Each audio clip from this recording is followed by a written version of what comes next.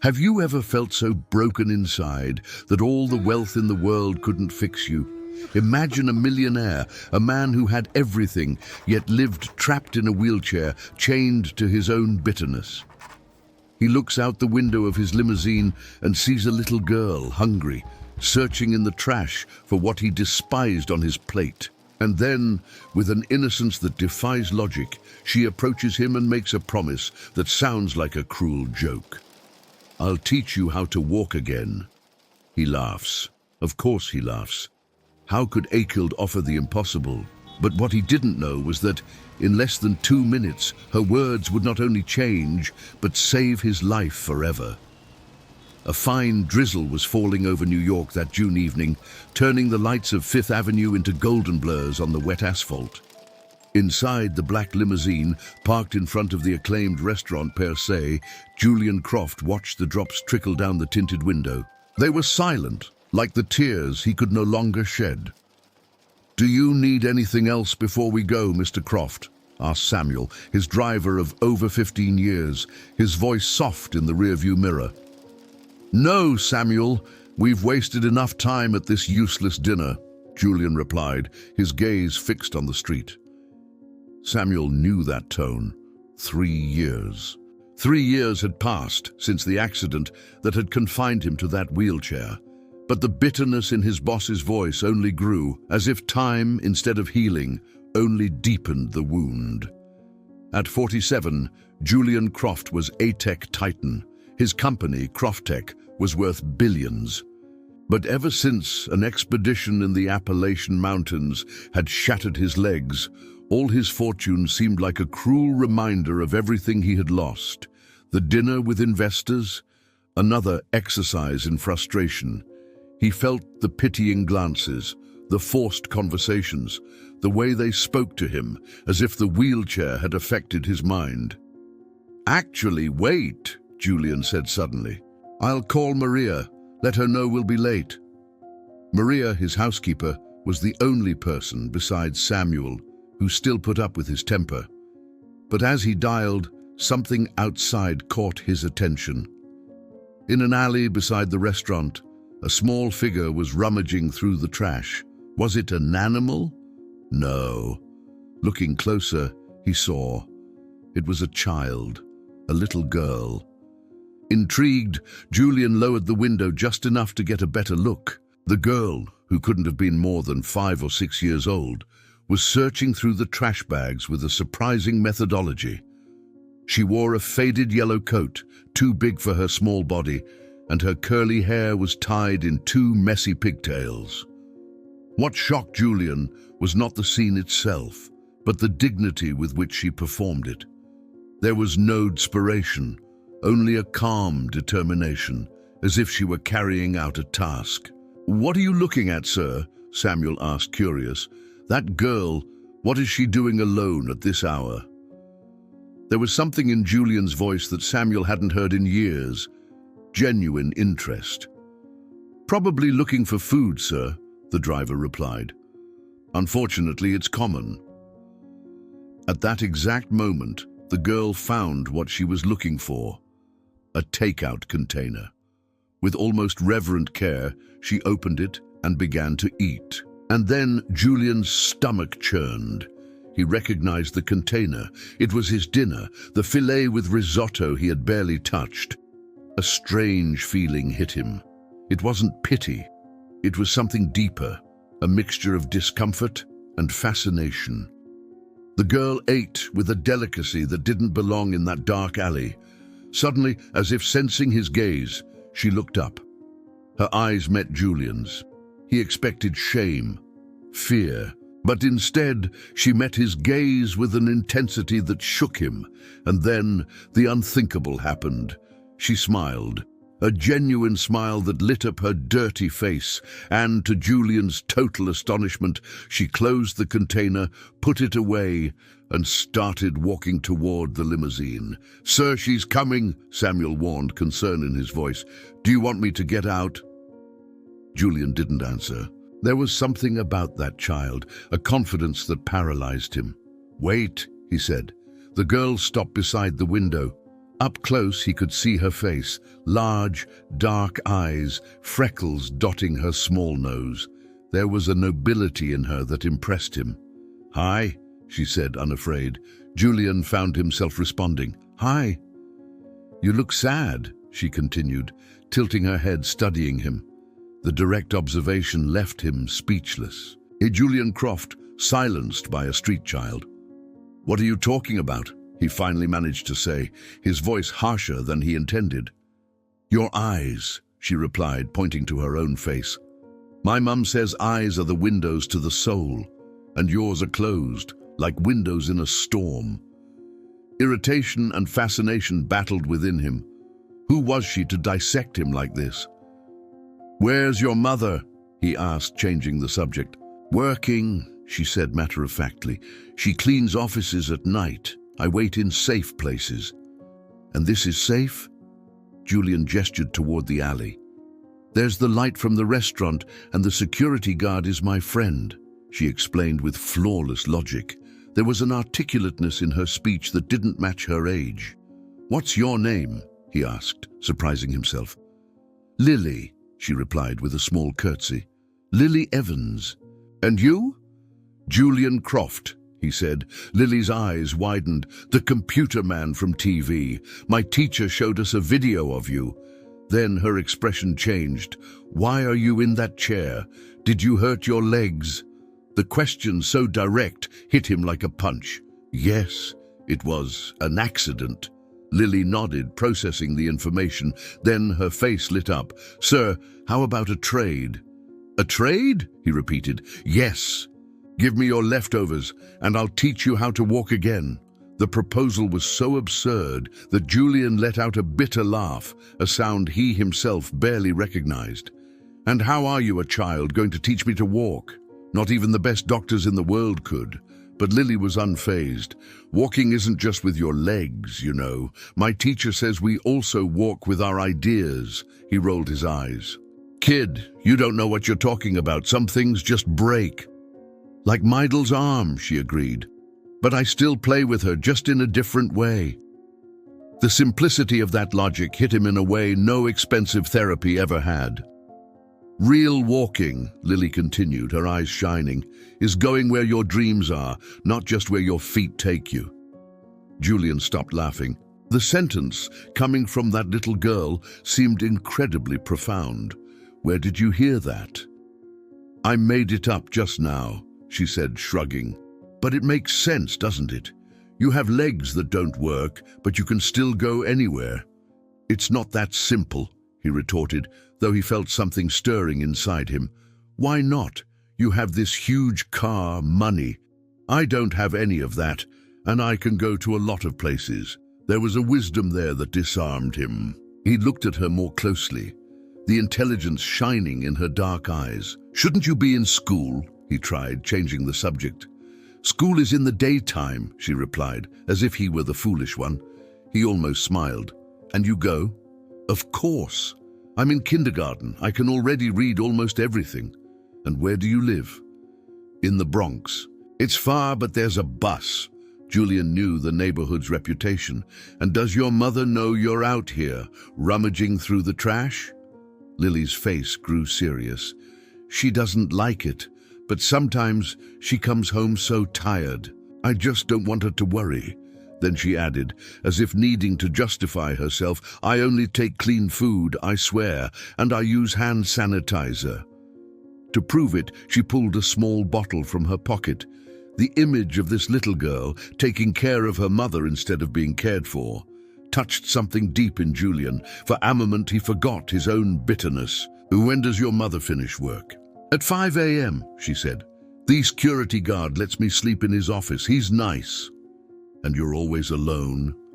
3 times a week. The other days I stay with Mrs. Daisy, our neighbor.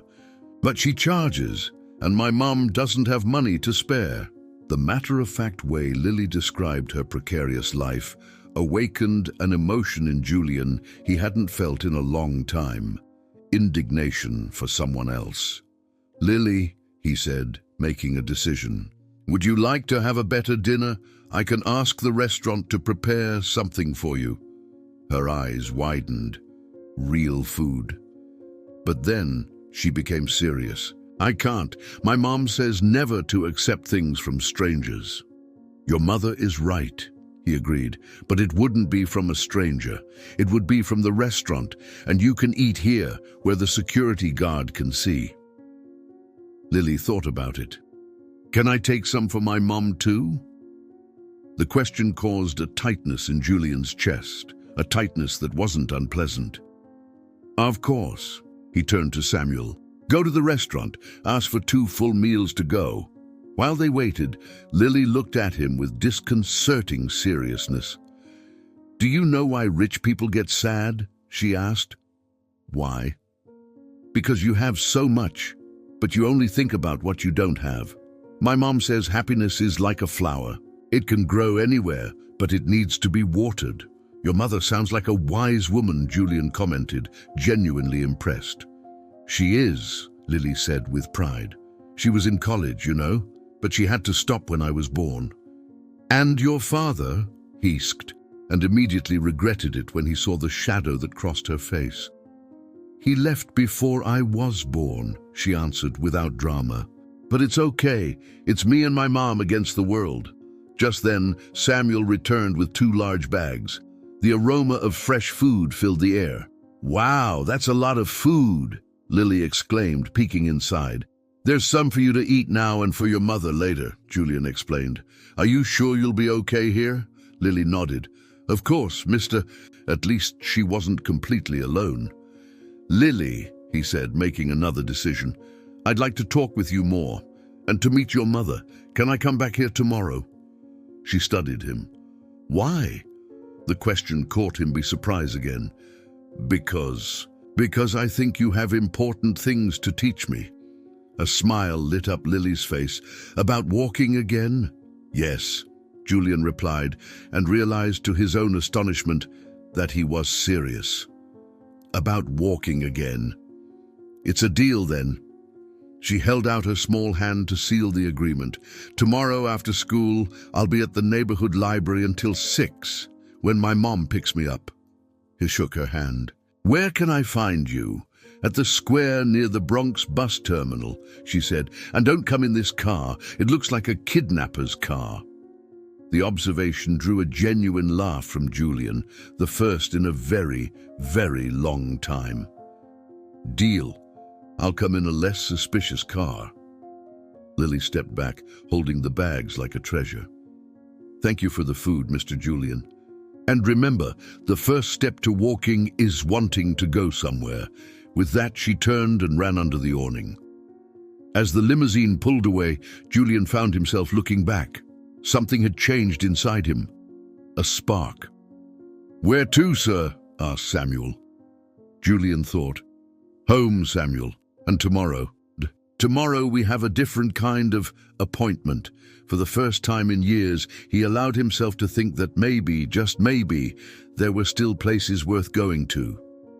The next morning, Julian woke up before his alarm, a restlessness he hadn't felt in years taking hold of him.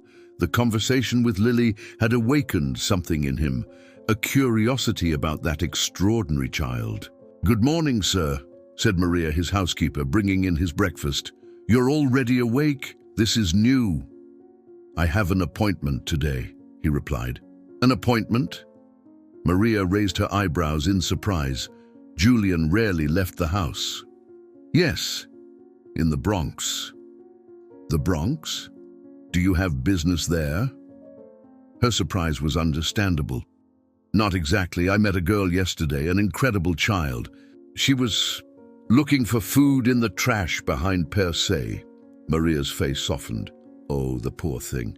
No, she doesn't need pity. She's different, brave. I want to meet her mother. Maria observed him. There was a purpose in her employer's eyes that she hadn't seen in a long time. And what do you intend to do? I don't know yet, Julian admitted, but I feel like I have to go. A small smile appeared on Maria's lips. What car will you be taking? Nothing flashy. Little Lily suggested, the limousine looks like a kidnapper's car. Her laughed at the memory. The sound of Julian's laughter was so rare that Maria had almost forgotten what it was like. "The sedan is available. It's discreet." "Perfect. I arranged to meet them at 6. During the day, Julian tried to focus on work, but his mind kept returning to Lily and her words. "Give me your leftovers, and I'll teach you how to walk." The absurd proposal had planted a seed of hope in soil he had thought barren. At 4 in the afternoon, impatient, he called for Samuel. "Let's go early. I want to see the neighborhood." The New York traffic was chaotic. It took them almost an hour to get to the Bronx. The landscape changed, the skyscrapers of Manhattan giving way to simpler buildings. "I know the area a little," Samuel commented. "My sister used to live here. It's improved a lot, but it's still a challenge." Julian observed everything, feeling like a stranger in his own city. They arrived at the square near the bus terminal around 5:30. It was a simple space, but full of life. Children played, workers headed home. There was vibrancy there that surprised him. He had always imagined the outer boroughs as places of want, but what he saw was a pulsating community. At exactly 6, he saw her. Even from a distance, he recognized the yellow coat. She was holding the hand of a young woman chatting animatedly. "That's her," Julian said, his heart inexplicably quickening. "With her mother, I presume." As Samuel set up the wheelchair, Julian watched the two of them approach. The woman, whom he assumed was Sarah, was tall and slender, with the same curly hair as Lily. She was dressed simply, but with a natural elegance. Lily was the first to see him. She tugged on her mother's hand, pointing. Sarah frowned, confused. "Mr. Julian, you really came," Lily shouted, waving. "I promised, didn't I?" He smiled. Sarah, however, seemed completely bewildered. "Mom, this is the Mr. Julian I told you about. The rich man who gave me food." Sarah's face paled. "Lily, what did I tell you about talking to strangers?" She stopped, clearly embarrassed. "But Mom, he's not a stranger. He's famous." Sarah looked mortified. She looked at Julian with a mixture of shame and suspicion. "Sir, I don't know what my daughter told you, but we don't need charity." There was a dignity in her voice that Julian respected. "It's not charity, Mrs. Evans. Your daughter made me a business proposal yesterday. I came to discuss the terms." Sarah blinked, confused. "A business proposal? Lily is 5 years old." "A very interesting proposal," Julian continued, transferring himself to the chair. "Something about teaching me to walk in exchange for leftovers." Sarah's face turned red. "Lily Marie Evans, were you rummaging through the trash again?" Lily lowered her head. "Sorry, Mom, but you were so tired." Sarah's expression softened. "My love, understand you want to help, but it's not safe." "Perhaps I can introduce myself so I'm no longer a stranger," Julian interrupted. "Julian Croft, CEO of Croft Tech." Recognition shone in Sarah's eyes. "Of course, I recognize you now." "Mr. Julian was sad, Mom," Lily explained. "I just wanted to help." Sarah looked at her daughter, then at Julian. "Mr. Croft, I appreciate your kindness, but what exactly brings you here? If it's pity, we don't need it." The firmness in her voice impressed him. "It's not pity, Mrs. Evans. It's curiosity. Your daughter told me things I can't get out of my head. Things no therapist has managed to tell me in 3 years. I wanted to meet you." Sarah looked at Lily with surprise and pride. "She's always been like that. Sometimes I think she was born with an old soul. But I still don't understand what you expect," she insisted. It was a fair question. What did he expect? "Honestly, I don't know. Maybe just a conversation. Lily mentioned you were in college." The mention of her studies caught her by surprise. "Yes, I did 3 years of business administration at Columbia. I had to stop when I got pregnant." "Columbia?" Julian didn't hide his admiration. "One of the most prestigious universities in the country. Impressive." "That was a long time ago," she said, downplaying it. My mom is super smart, Lily interjected. Sarah smiled. Look, Mr. Croft. Julian, please. Julian, we don't have much to offer someone like you. I disagree, he replied. In 5 minutes, your daughter gave me more to think about than many people have in years. He hesitated. I know this seems strange. I understand your suspicion, but I would genuinely like to talk more. Perhaps I could invite you both to dinner, in a public place, of course. Sarah seemed torn. She looked at Lily, who was gazing at her with pleading eyes. Can we, Mom? Please, the girl begged. Mr. Julian needs to learn to walk again, Sarah frowned. Lily, Mr. Croft's condition is physical. It can't be solved with conversations. I'm not talking about his legs, Lily explained impatiently. It's his heart that needs to learn to walk. A profound silence followed. Lily's simple words had exposed, with surgical precision, Julian's true paralysis. Sarah looked at her daughter in astonishment, then at Julian. Something in her expression shifted. I have to be at work in an hour, she said, but I suppose we could have a quick dinner. I know a restaurant nearby, Samuel suggested. Simple, but the food is good. Sarah nodded. All right. As they walked to the restaurant, Lily chattered away, pointing out places. Julian watched the mother and daughter, touched by the bond between them, a tie of love and resilience forged in hardship. The restaurant was simple but cozy. Lily told me you've lived here a long time, Julian commented. Since she was born, Sarah replied. Her father, he left when he found out about the pregnancy. An old and common story. And you never thought about going back to school? He asked. Constantly, she admitted. But life has other priorities.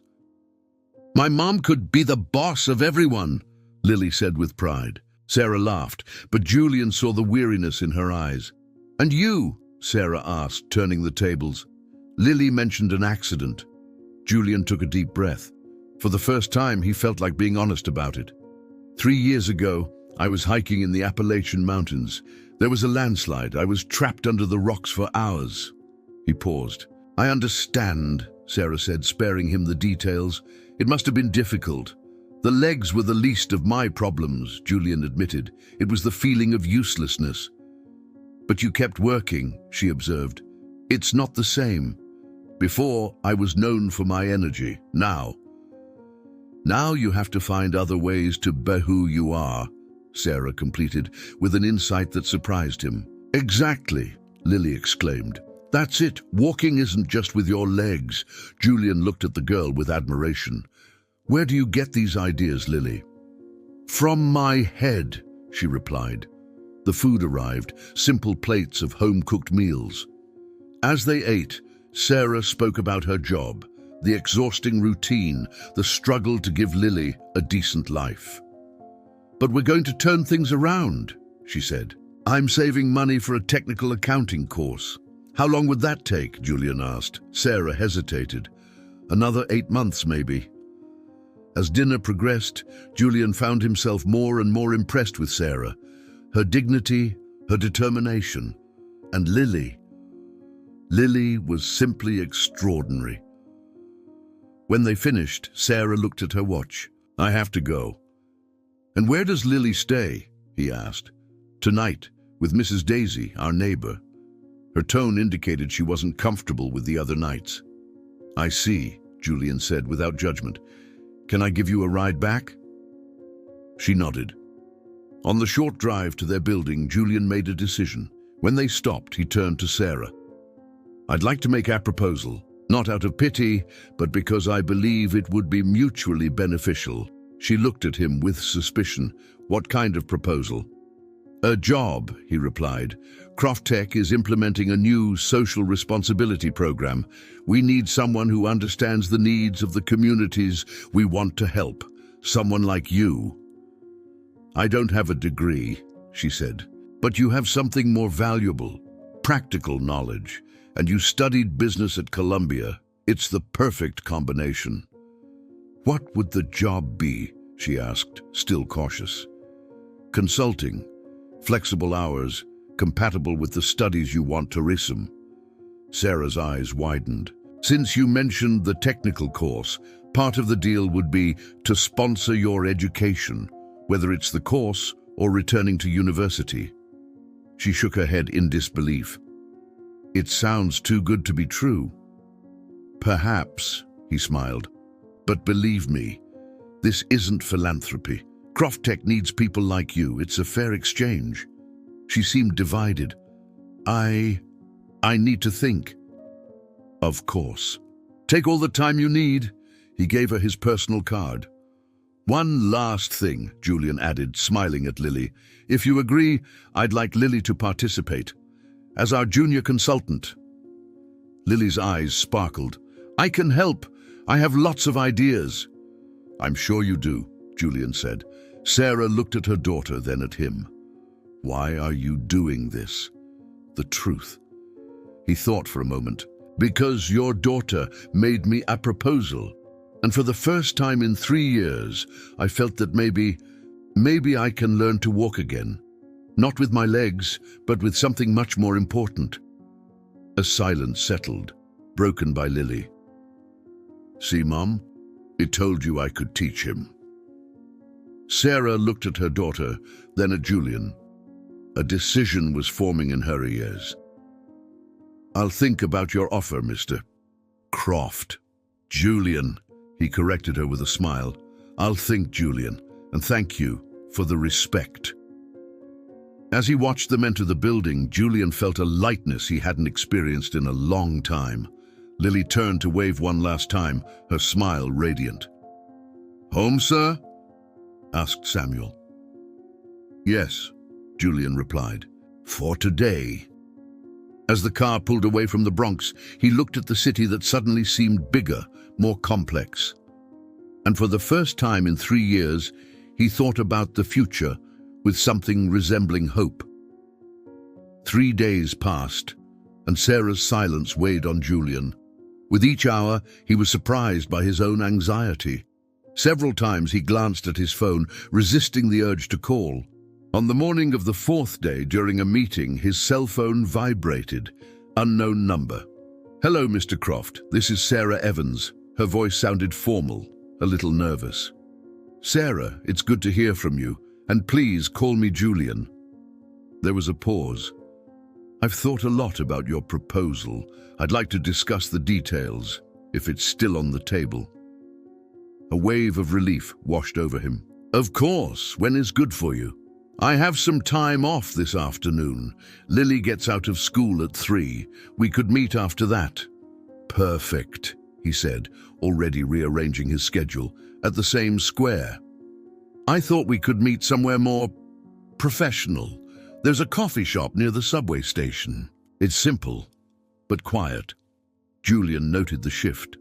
Sarah was taking the proposal seriously. Great idea. I'll be there at 3:30. Upon returning to the meeting, his renewed energy did not go unnoticed. What's gotten into you? Asked his CFO and longtime friend Mark. You seem different. Julian smiled. Let's just say I'm learning to walk again. Was already on his way to the coffee shop at 3 in the afternoon. The place was just as Sarah had described. Simple, but welcoming. He chose a table in the corner. At 3:25, he saw Thamenta. Mr. Julian, Lily exclaimed, running toward him. You're here. I promised, didn't I? He replied. Sarah approached more slowly. There was something different about her. Perhaps her hair was down, or the light blue blouse seemed new. Thank you for coming, she said. A waitress approached. Julian ordered a coffee. Sarah ordered the same, and Lily a hot chocolate.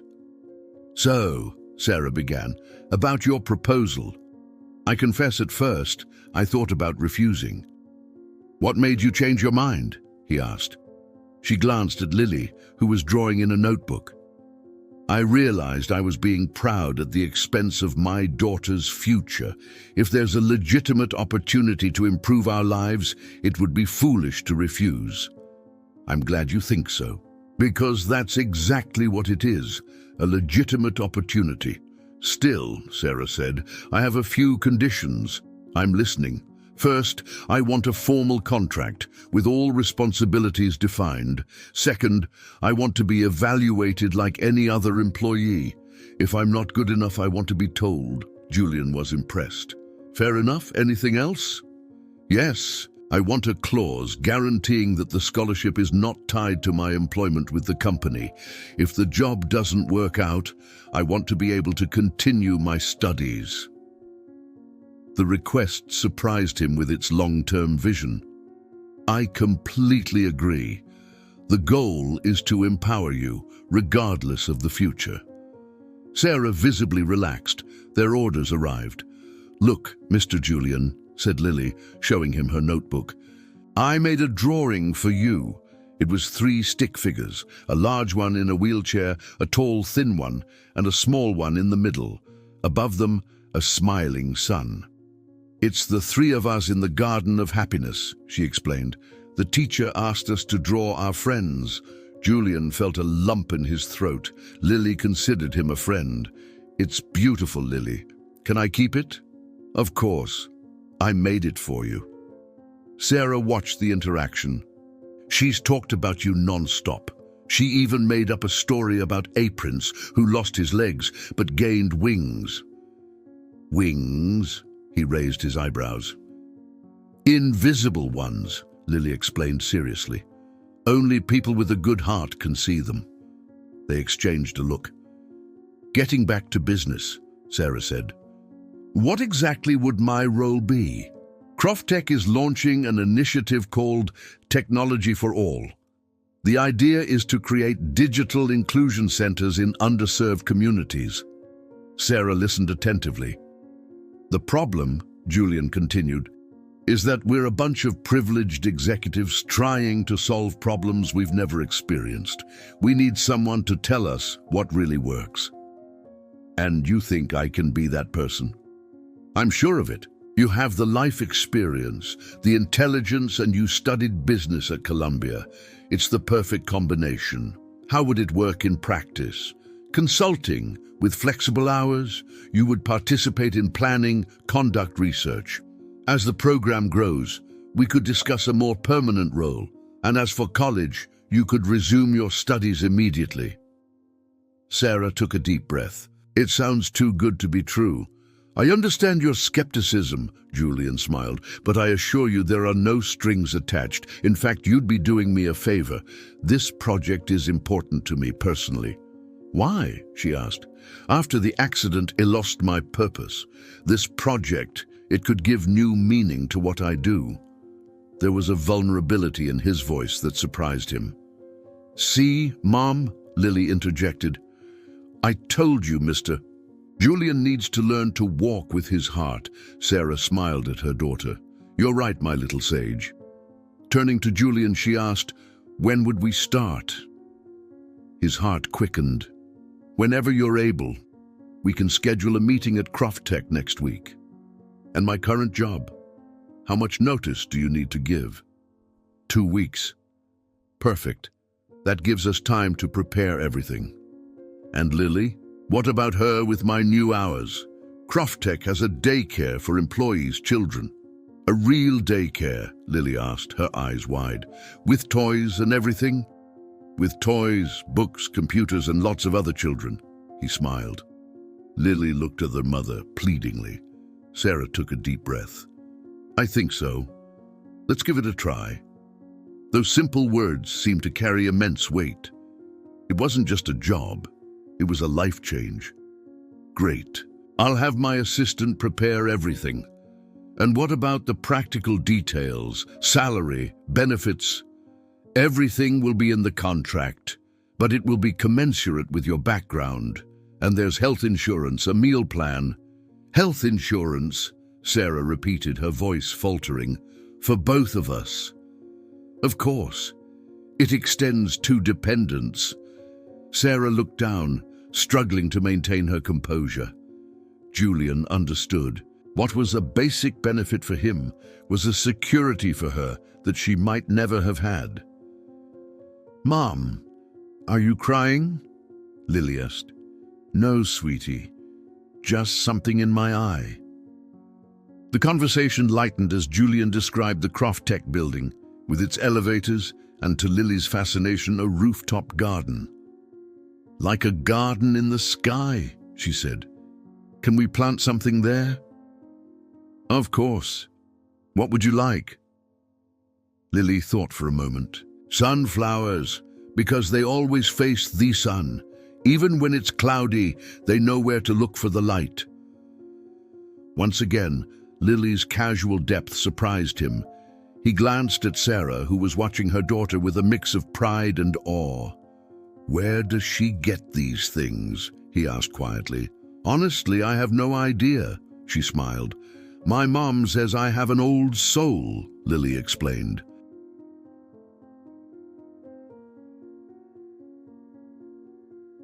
As Lily talked about her plans for the garden, Julian watched them, feeling a strange sense of belonging. "What are you thinking about?" Sarah asked. "About how quickly things change. A week ago, I was lost." And then Lily showed up, rummaging through the trash, he gestured. "And suddenly, you started walking again," Lily completed matter-of-factly. "Not with your legs, but with your heart." "It seems you're holding up your end of the deal," Julian said to Lily. "Now I need to hold up mine." "What deal?" Sarah asked. "The initial proposal, 'Give me your leftovers and I'll teach you how to walk.' She's teaching me. I think I owe her more than leftovers." "You don't owe me anything," Lily protested. "Friends help friends." "Friends," Julian repeated. "You're right. And friends help make dreams come true." "So what's your dream, Lily?" she thought. "I want all children to have food and a place to sleep. And for me, Mom, not to have to work so hard and to smile more. And I want you to learn to dance in your wheelchair, because dancing is like walking, only happier." Lily's wishes, so simple and profound, left Julian speechless. "Those are very beautiful dreams," he said. "And you know what? I think we can work together to make them happen." As they left, Julian offered them a ride. "I can show you the Croft Tech building now, if you'd like." Sarah hesitated. "We're not dressed appropriately." "It's my building. I'll bring whoever I want." Lily jumped with excitement, and Sarah relented. The imposing glass and steel skyscraper left them in awe. At the reception, the security guard, accustomed to his boss's seclusion, looked curiously at his guests. In the panoramic elevator, Lily was fascinated by the view of the city becoming tiny below. "This is the first time I've ever been in a building like this," Sarah confessed. "Welcome to my world, then," he smiled. "I hope it's the first of many visits." On the rooftop, Lily's reaction was everything he had hoped for. She ran across the garden. "It's like a park in the sky," she exclaimed. Sarah approached the glass edge. "It's incredible. I've never seen the city like this." "I used to come up here every day," Julian said. "After the accident, I stopped. Today is the first time in 3 years I've come up here." "Why today?" she asked. "Because I wanted to see it through your eyes, to rediscover what I had forgotten." He led them to an empty planter bed. "Here," he announced. "This is where we'll plant your sunflowers, Lily. This space will be yours." The girl's eyes widened. "Really mine?" "Yours," he confirmed. Sarah seemed speechless. The gesture was symbolic. He was, quite literally, making space for them in his world. "Thank you," she said, her voice low but firm. "For all of this?" "No," Julian replied, looking from Sarah to Lily. "I'm the one who should be thanking you, for making me remember that there's so much more to the world than what I could see from my window." With extraordinary intuition, Lily took her mother's hand and placed it on Julian's. "Now we're a team," she declared, "and teams do great things together." Looking at their joined hands, with the New York skyline as a backdrop, Julian felt something he hadn't experienced in a long time. The sense of being exactly where he was supposed to be. "Yes," he agreed, with a certainty that surprised him. "I think we are." The following weeks were a cascade of changes. Sarah was formally hired, her generous and flexible contract allowing her to return to Columbia to finish her business degree. In her first meeting at Crofttech, she was nervous, but when she spoke, she surprised everyone. "The biggest mistake you can make," she told the executives, "is to think you know what underserved communities need without ever having lived there." Within minutes, she had earned the respect of the room with her authenticity and practical knowledge. Lily, for her part, adapted to the company's daycare as if she had always belonged there. Julian watched her on the first day, interacting with the other children with a confidence that delighted him. He himself felt as if he were waking from a long slumber. The Technology for All project became his personal mission.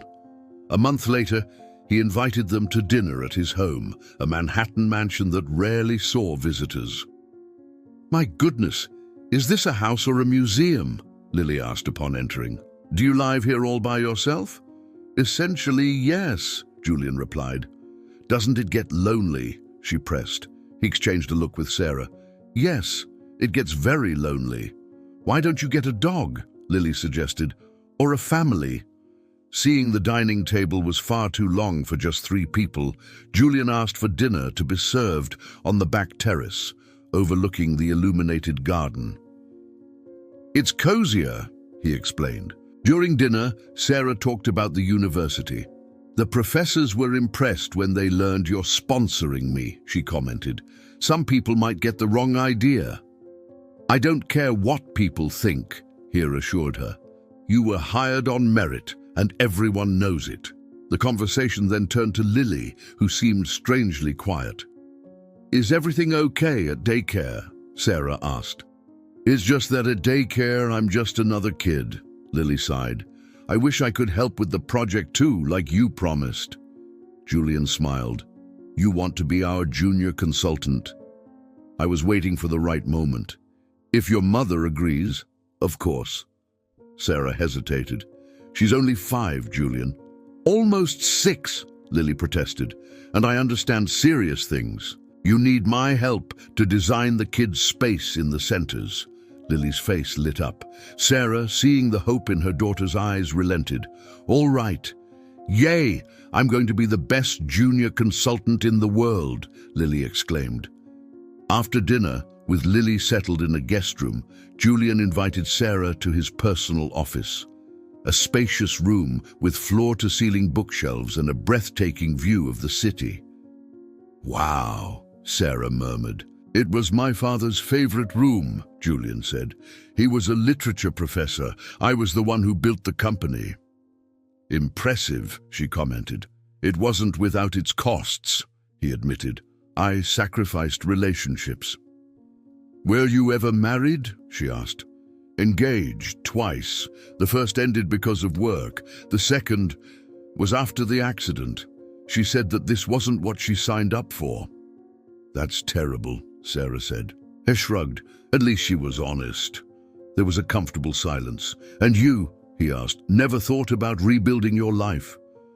"There was never the time or energy," she smiled wistfully. "Between surviving and raising Lily. And now," the question slipped out, "now I'm focused on taking advantage of this opportunity, on giving Lily everything she deserves." "You are an extraordinary woman, Sarah Evans," Julian said, with a sincerity that surprised him. She looked away, uncomfortable. "She's there, Aizen. I get up every day." "Can I ask a personal question?" she asked. "Why did you isolate yourself so much?" He reflected. At first it was shame, then resentment, and finally fear. Fear of what? Of finding out that people were only with me for what I could offer. Of realizing that without my legs I wasn't worth anyone's company. The brutal confession hung in the air. "Do you know what my first impression of you was?" she asked. "Before I knew who you were, I thought, this man carries a pain far greater than his physical limitation. I saw it in your eyes, and I didn't feel pity. I felt recognition." Her words struck him deeply. Lily saw the same thing. Sarah continued, but with the wisdom only children possess, she knew exactly what to say. "Give me your leftovers and I'll teach you how to walk," Julian quoted, smiling. Exactly. And you know what's most incredible? She's keeping her promise. He nodded slowly. Yes, she is. The clock struck 10. "I should wake Lily," Sarah said. "Why don't you stay?" Julian suggested impulsively. "There are guest rooms. Lily's already asleep." After some hesitation, Sarah agreed. That night, lying in his bed, Julian stayed awake for a long time. The bitterness that had consumed him for so long was receding, replaced by something he hardly dared to name. It wasn't happiness yet, but maybe the promise of it. He murmured to himself, smiling in the dark. "Give me your leftovers, and I'll teach you how to walk." And he realized that in a way that had nothing to do with his legs, he was indeed beginning to walk again. 3 months later, the transformation was undeniable. The Technology for All project flourished under Sarah's leadership. The first community center was about to open in the Bronx, a symbolic choice. "She's incredible," commented Mark, the CFO, to Julian. "Where did you find her again?" Julian just smiled. "Let's just say it was fate." The center was welcoming, with a children's area designed with expert consultation from Lily and spaces for local entrepreneurs. It was a complete ecosystem, as Sarah had explained, but their impact went beyond that. Julian's bitterness had given way to a new vigor. He made regular visits to the Bronx, where the residents, thanks to Lily introducing him as "my friend who is learning to walk again," welcomed him as a friend. On a sunny Saturday, Julian took them to a property in the hills just outside New York City. "What is this place, Julian?" Sarah asked, amazed by the scenery. "Patience," he smiled. They stopped in front of a beautiful country house. "Do you live here too?" Lily asked. "This house belonged to my parents," Julian explained. "I haven't been here in a long time. After the accident, it seemed inaccessible." Sarah placed a hand on his shoulder. "And what changed?" He smiled, looking at her and then at Lily. "I changed. You helped me change." The interior of the house was impeccable, with newly installed ramps and an elevator. "I had some adjustments made," he explained. From the back porch, the view was breathtaking. "This is where I used to sit with my mother," he told them. "She said it was the perfect place to recalibrate the soul." "I have a proposal to make," he began, but was interrupted by Lily. "I found a lake!" she shouted, running onto the porch. "It has fish and frogs and everything." At the lake, Julian watched Sarah and Lily playing in the water, their bare feet on the shore. He felt a peace he hadn't experienced in years. There was something so right about having them there. During lunch on the terrace, Sarah reminded him of the proposal. "Ah, yes," he hesitated. "This house has been empty for a long time, and I thought maybe you two could use it." Sarah frowned. "Use it how?" "To live in," he said. "On weekends, maybe." "You're offering us your country house?" she asked, stunned. "Can we get a dog here?" Lily interrupted. "Of course," Julian laughed. "A yellow one, maybe?" "Yes!" Lily exclaimed. Sarah watched him with a complex expression. "Lily, honey, why don't you go explore the garden?" "I need to talk to Julian." When they were alone, she was direct. "Why are you doing this? The job, the college, and now a house. It's too much, Julian." "It's not what you're thinking," he hurried to say. "Then what is it? Because to an outsider, it looks like you're trying to incorporate us into your life in a way that goes beyond friendship." He felt his face flush. "Maybe I am, but not with ulterior motives. It's just that you two brought something back into my life, purpose, joy. Do you have any idea how long I spent just existing?" "I understand that," she said, "but still, it's a very big offer. I feel like we're receiving much more than we're giving." "That's not true. What you've given me is priceless. Still, I already hear comments at the office, you know. People whispering." "What kind of comments?" The kind you'd expect, a single mother getting close to the billionaire CEO. And that bothers you? Of course. I want to be respected for my merit. He understood her. What if we did it differently, Julian suggested. What if we turned this house into an extension of the project? A place for educational retreats for kids from the inner city. Sarah's eyes lit up, like a rural learning center. Exactly. And of course, as the project coordinator, you would need to be here regularly. We could adapt the caretaker's cottage for you and Lily. Sarah smiled, seeing through the maneuver. Very clever, Mr. Croft. He returned the smile. Just being practical, Mrs. Evans. I found a frog, Lily announced, running back. The serious conversation was interrupted. Later, Sarah said, your idea for the property is wonderful, and it makes much more sense. And you could still enjoy it, Julian added, in a way that no one could question. Thank you, Julian, for understanding. Always. The rest of the afternoon passed quickly. At sunset, they watched the sky fill with color. My mother used to say the sunset here was the moment the sky kissed the earth, he told them. On the way back, with Lily asleep in the back seat, Sarah said, life is strange. 4 months ago, I was cleaning offices at night. Now, I'm coming back from a day at the most beautiful country house I've ever seen. Life can change quickly, Julian agreed. You had so little, but you found the strength to keep going. I had everything, and when I lost the use of my legs, I lost all hope. Every pain is unique, she pondered. As he dropped them off at the new, comfortable apartment they now occupied in Brooklyn, he held her hand briefly. Thank you for a wonderful day. It was special for me, too, more than you know. As the car drove away, Julian realized that his definition of home was changing. It was no longer a place, but the sense of belonging he felt with Sarah and Lily. The path to walking again was through opening his heart, and he was, at last, beginning to see that. The inauguration of the Community Technology Center in the Bronx became a media event. Billionaire in a wheelchair and 5-year-old girl revolutionized digital inclusion, the headline announced.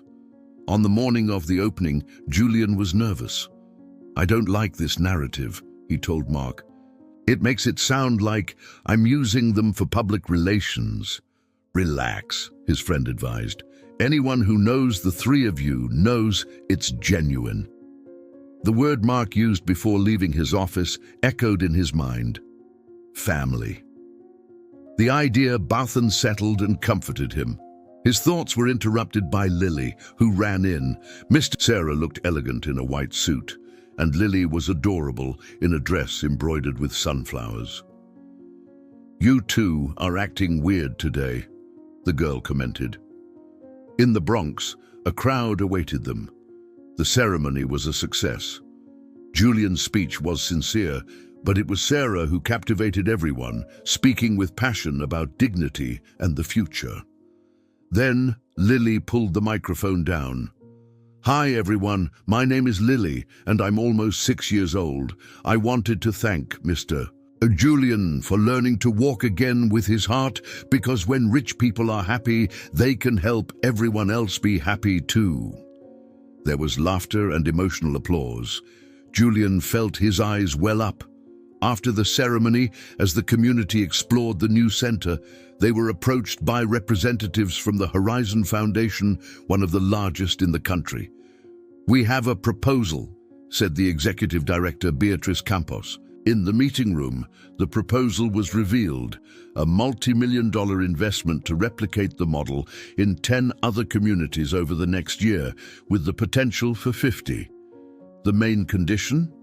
That Sarah take on the general coordination of the expanded program. She was stunned. Me, as the general coordinator? Yes, your approach is the heart of this project. It was an extraordinary opportunity. Is this really happening? She asked Julian later. It is, and you deserve every bit of this recognition. Her smile faltered. But how will I balance this with college and Lily? One step at a time, he reassured her. At the back of the center, dozens of children were planting sunflower seeds in a community garden. The image was a perfect metaphor for what the center represented. "Lily," Julian said, "do you remember the promise you made to me? That I would teach you to walk again." "Exactly. Look around you. All of this is happening because you kept your promise." She smiled, radiant. "I knew I could do it." Sarah watched the scene with teary eyes. "She changed our lives, didn't she?" "Completely. But you changed mine too, Sarah." There was a charged silence between them. "Julian," Sarah began, but they were interrupted by Mark for a press conference. "We'll continue this later," she promised. At the conference, a journalist tried to provoke Julian about his motivations. Before he could answer, Lily leaned into the microphone. "It's not fake, lady. I really did teach him how to walk. Just not with his legs, but with his heart. And that's much more important." The spontaneous response disarmed everyone. When the crowd dispersed, they found themselves back in the garden.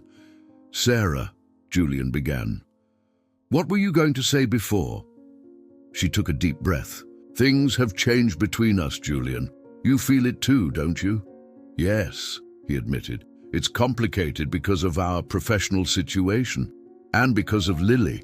She's grown so attached to you. What if it doesn't work out? I can't risk her getting hurt again." "I understand and completely respect your concern," he said. "So you agree we should keep things as they are?" "I agree. We should be cautious. But I also think we shouldn't be afraid to explore what's happening between us." "I'm so scared," she confessed. "Not just for Lily, but for myself." "Me too. But someone very wise taught me that real walking is going where your dreams are." "Using my daughter's words against me," she smiled. "Learning from her," he corrected. Just then, Lily ran up to them. "You were talking about grown-up stuff, right? Because you have that look you get when you talk about important things." "Yes, honey, about the future. Our future." "The future is important," Lily said wisely. "It's where we're going, even when we don't know the way." As they left, Lily joined their hands, holding one of each. To any observer, they would look like a family, and maybe, Julian reflected, that's exactly what they were becoming. 6 months later, he was not just walking again, but running toward a future he had never imagined possible, with 2 extraordinary people by his side, guiding every step of the way. A year passed. What began in the Bronx was now a national movement. 15 community technology centers were fully operational, with 10 more under construction. On a Saturday morning, at the Rural Learning Center in Cantarera, it was graduation day for the first class of the training program. On the porch, decorated with sunflowers, Julian watched the activity with a sense of complete fulfillment. "Thinking about how much everything has changed?" asked Sarah, her familiar voice behind him. She was radiant in a yellow dress, the color of Lily's happiness. In the past few months, she had become the executive director of the program, completed her business degree, and was now a nationally recognized expert. "I was thinking about how you two changed everything," Julian replied, taking her hand. The gesture was natural now. They had decided to give love a chance, navigating the challenges with honesty and patience. Lily's reaction to their dating?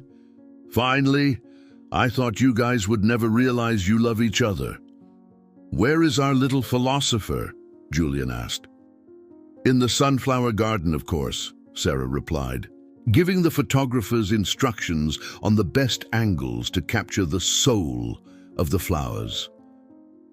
"I can't imagine my life without you two," Julian said, his voice thick with emotion. "We don't have to. We're here. We're together." The presence of federal government representatives at the graduation signaled a new level, an interest in turning the model into a national public policy. As they greeted the guests, they passed by the garden. Lily, in yellow overalls, was instructing a photographer. "You have to capture how they turn to the light. That's the most important part. People are like sunflowers. They need to find their own light to grow. The graduation ceremony was emotional. 30 young people received their certificates, but the most touching moment came when Julian invited Lily to the stage. "This young lady is the true inspiration for this project," he said. Lily, with her usual seriousness, addressed the audience. "Real walking is going where your dreams are, not where your feet take you. And just look where his dreams brought us." She gestured to everything around them. "Now Mr. Julian walks much better than before, even in a wheelchair, because he walks with his heart, and his heart is huge." When she finished her impromptu speech, there wasn't a dry eye in the audience. Julian embraced her, moved. In the end, Julian made a surprise announcement. Crofttech was donating the property and a $20 million fund to the newly created Sunflower Foundation to ensure the continuation of the work. "And I have the honor of announcing," he concluded, "that the first president of the Sunflower Foundation will be the extraordinary woman who made all of this possible, Sarah Evans." Sarah, shocked, came to the stage. "Say yes," Julian whispered. "Yes," she said, her voice firm despite the emotion. "I accept this responsibility because I believe, like my daughter, that we are all sunflowers, born to seek the light and together to illuminate the world." Later in the sunflower field, as the sun was setting, Sarah said, "You surprised me today. Why didn't you tell me?"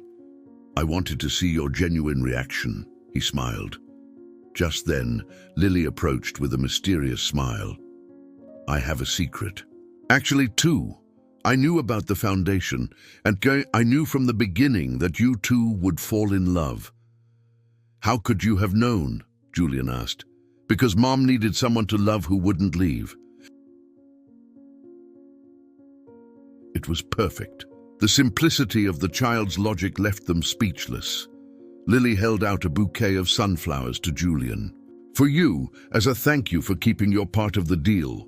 "My part?" he asked. "Yes, I promised to teach you to walk, and you promised to give me your leftovers.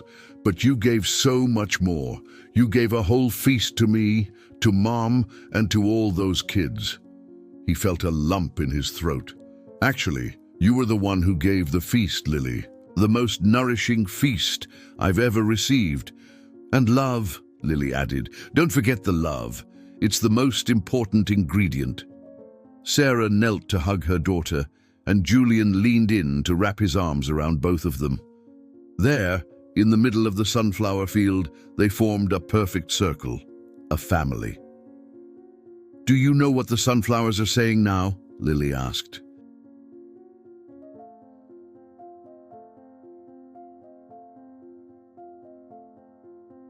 Planted in the right place and watered with love, they grow and spread. Soon the whole city will be a garden.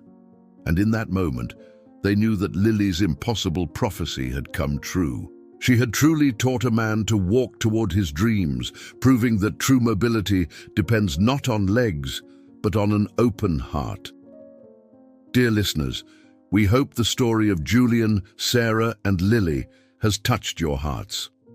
To continue this emotional journey, we have prepared a special playlist with equally captivating stories. Click on the left to find it.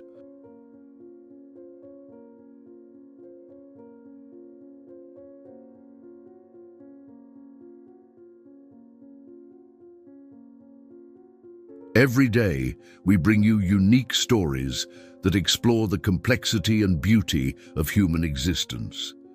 Tell us in the comments, have you ever lived through or witnessed a moment of transformation as powerful as this one? We look forward to seeing you in our next story.